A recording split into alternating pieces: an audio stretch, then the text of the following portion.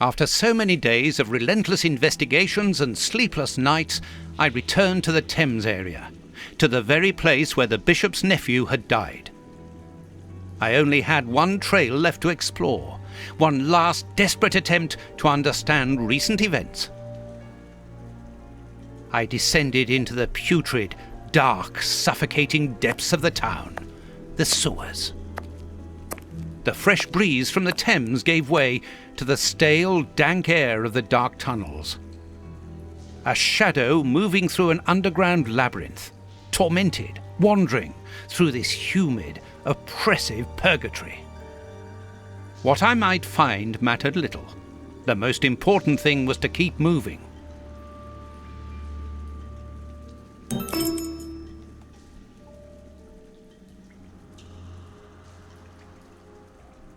Lovely. A piece of rope that floats. If it's long enough, then it might be useful. It's very heavy.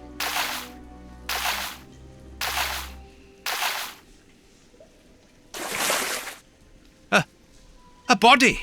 Oh, it was weighed down by the anchor. If I can retrieve the anchor, I can use it as a grappling hook. There. And we are just going to ignore this. Okay. I will if you will. I can see something. This butt is still dry, despite the surrounding damp. It was thrown here not so long ago. Let's be careful.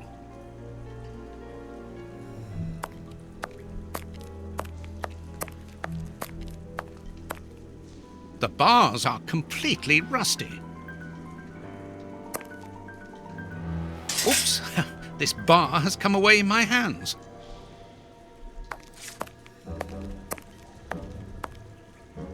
The bars on this grate are completely rusty. This will be useful.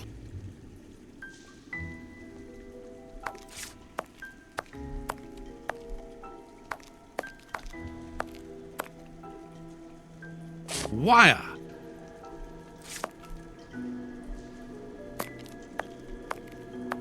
A boat. I'm on the right track. I must cross the canal to see who landed here.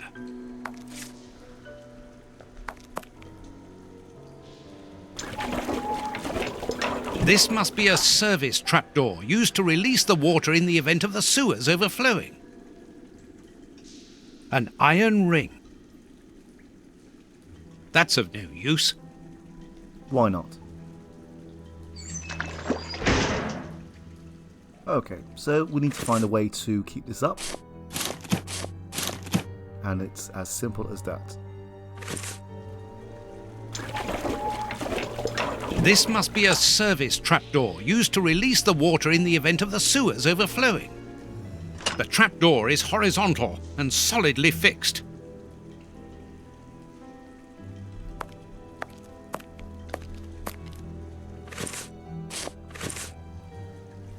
First try. Now let's pull the boat back here. The boat is tied up on the other bank. It's impossible to pull it back to me. An old scarf with blood on it. This bit of iron seems new and looks like a piece from ordinary machinery.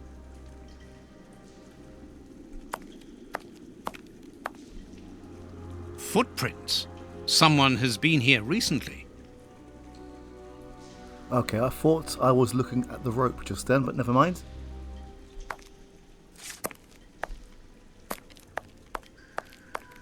Footprints. Someone has been here recently.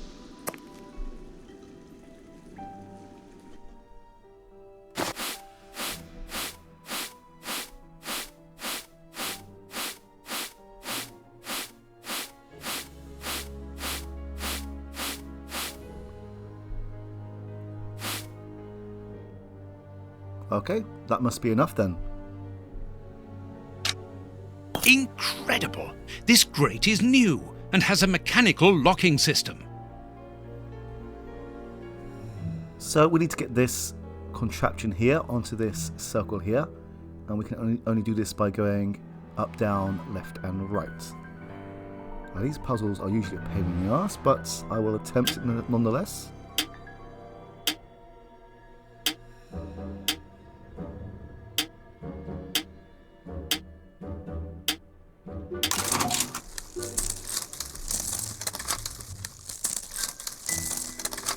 And we must do this 3 times.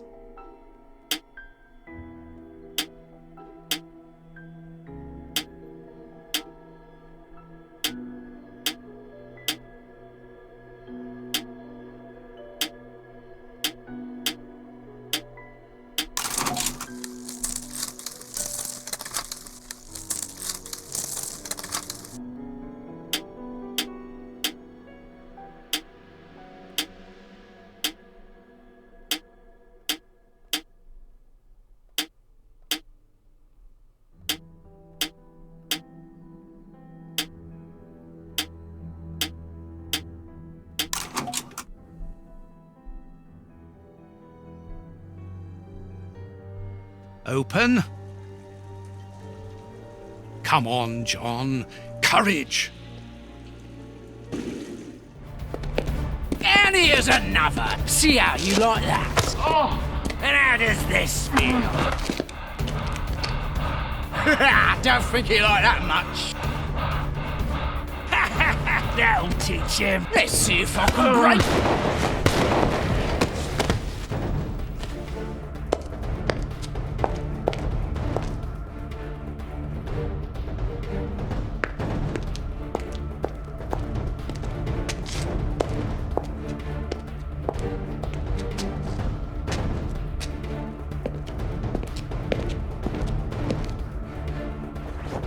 Holmes.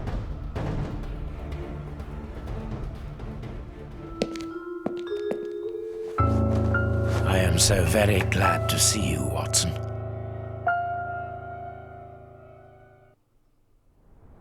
Whee! Yes, he's alive! The bad guys had better watch out now. Grandpa's alive, and he is a good man. I knew that he was. Uh-oh, they're going to be sorry now. My grandpa ruled. Yes, and my grandpa saved him. Read it. You are alive. I don't know what to feel. Relief or regret. Watson, my friend.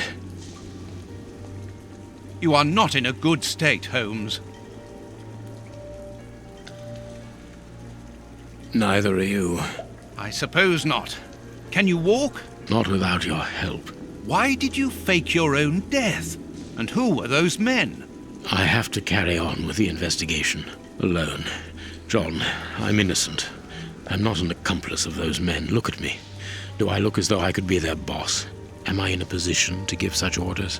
What a relief. Oh, my God, what a relief. But how... Curare, hemlock, a few Indian plants, and sheep's blood to create the impression of death. A pathologist who owed me a favor for the death certificate.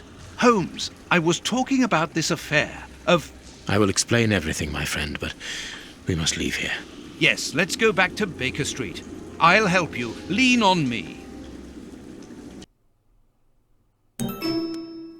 Home at last.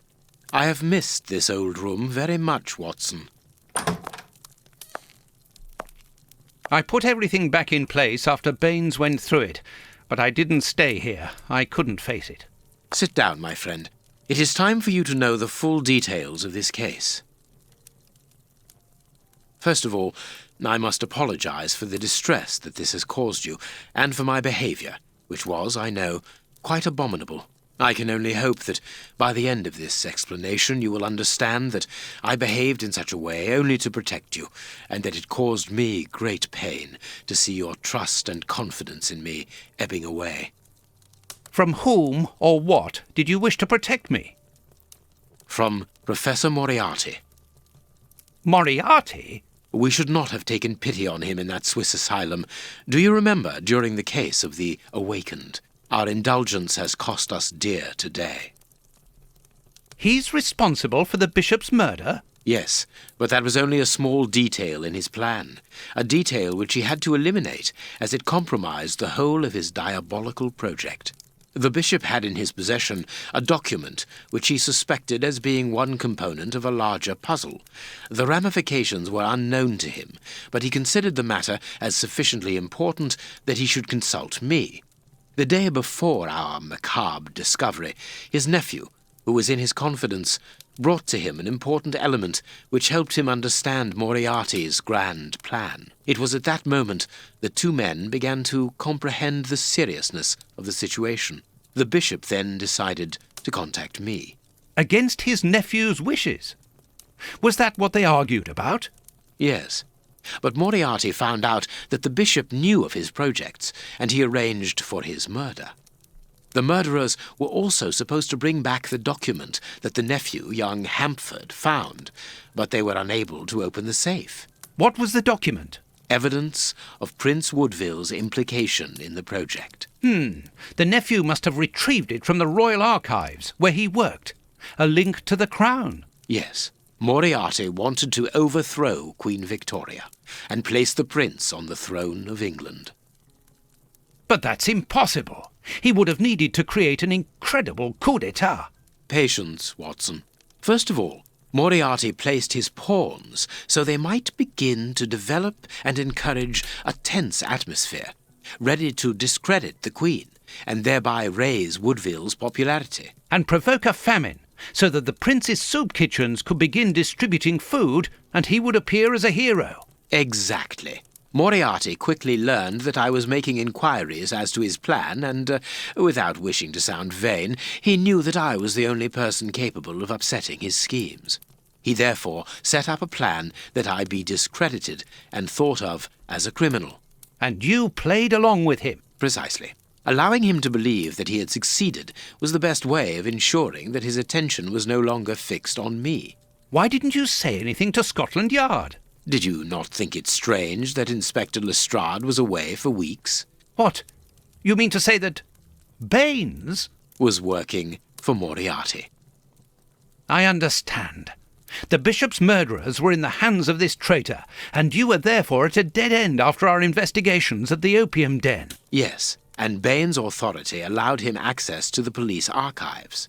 He changed and forged all the charges in the documents that you saw at Judge Beckett's house. It was also he who substituted the Samoan necklace for a vulgar copy. So that was why the judge went to Farley's, to obtain Baines's false information. Precisely. But they each found themselves as instruments in Moriarty's strange orchestra. Judge Beckett received entire books full of charges against me, and a journalist such as Farley will not hold back when he gets the chance to make the front page of all the newspapers in England. With regard to Farley, it was a mere case of professional misconduct. And to think that I held you responsible for the explosion at the judge's house. What a relief! But why did Moriarty have him killed? He was on the point of discovering that all the documents supplied by Farley, and therefore by Baines, were false, exactly the opposite to what our enemy was anticipating. And where did the poison fit in all this? Unfortunately, I do not possess all the information on this subject. The first time that we saw the effects of this substance on the body of the bishop, the poison was evidently only at an experimental stage. It was much too potent to do anything with. Effectively. But in the second case, Kurtz, I didn't notice a great advance. However, there was one. The poison was no longer fatal. Yes, but the madness was still there. I should remind you that he attempted to devour his own dogs.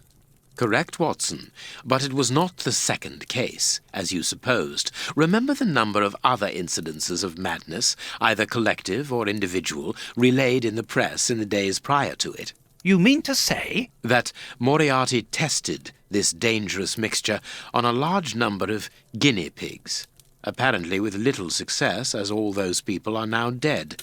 I say apparently, because I do not have the least idea as to the result Moriarty was hoping for. And that's where Hans comes in, isn't it? Moriarty needed him to devise the substance's final formula. And so you helped Hans to escape so he might lead you to it. Yes, but things did not go as I had planned. The Professor's men got their hands on him just after his escape. And you lost his trail. Yes, but I doubted that Moriarty would take hunts to his lair. To find him, I had only one trail, the bomb placed at the judge's house. The trail of the 3 Russian brothers. I found out about the mill by having the anarchists' trail followed by the children in my own secret police. Once again, their help was a determining factor. As regards knowing where to locate Moriarty's lair, I hoped to find the information in the attic of the water mill. I got to it only just in time before Baines turned up. And you were stuck then, weren't you? Allowing him to arrest you would have meant certain death. Regrettably. But Moriarty's plan worked in any case, as after killing Baines, I became England's most wanted man for the murder of a Scotland Yard inspector. And so you had to make sure that people forgot about you. Therefore, you orchestrated your own death so that you might continue your investigation discreetly. Oh, that was a terrible time for me, Holmes. I am sorry, my dear fellow. Well, the important thing is that you are well and truly alive. Yes, but it is not over yet. Moriarty will take action one day or another. You were saying that you had found Moriarty's hideout. Where is it? In an abandoned fun fair on the outskirts of London. It is quite certain that they are all there. Sheilman, the Prince, and of course, Moriarty. If Moriarty puts the Prince on the throne, he'll have his hands on the reins of the kingdom. Her colonies, her diplomatic network, her riches, everything. Yes, including the army, the war fleet, everything he needs to help him conquer Europe, and eventually, I suspect, the world. Holmes, we have to be quick. His plan hasn't been put into action yet. Perhaps it's not too late. Let us go immediately, Watson.